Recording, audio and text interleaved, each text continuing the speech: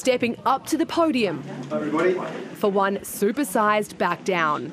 This one has been difficult. It's been contentious, as you all know. We've found another way to deliver on our objectives.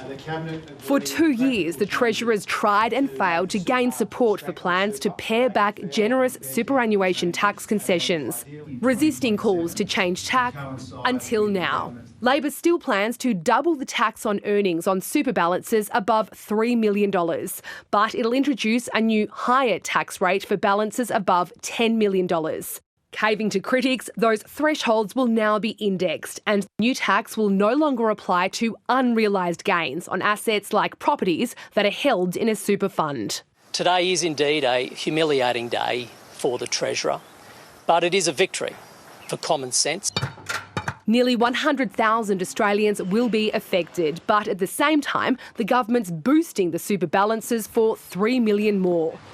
Increasing and expanding the low-income superannuation tax offset, meaning workers earning up to $45,000 a year will now get $810 deposited directly into their accounts. That change set to kick in 2027. And by one realistic calculation, it means about an extra $15,000 at retirement. Whether it's enough to convince his political opponents, it's too early to tell. What we saw today was the government announce a backflip on their super legislation without much detail about how their new proposal will work. Today's announcement represents a significant backdown for a Treasurer who spent more than 2 years steadfastly defending this policy. His revised plan will start a year later and raise substantially less revenue than the original model.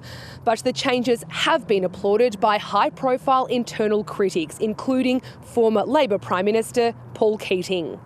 Jane Norman, ABC News, Canberra.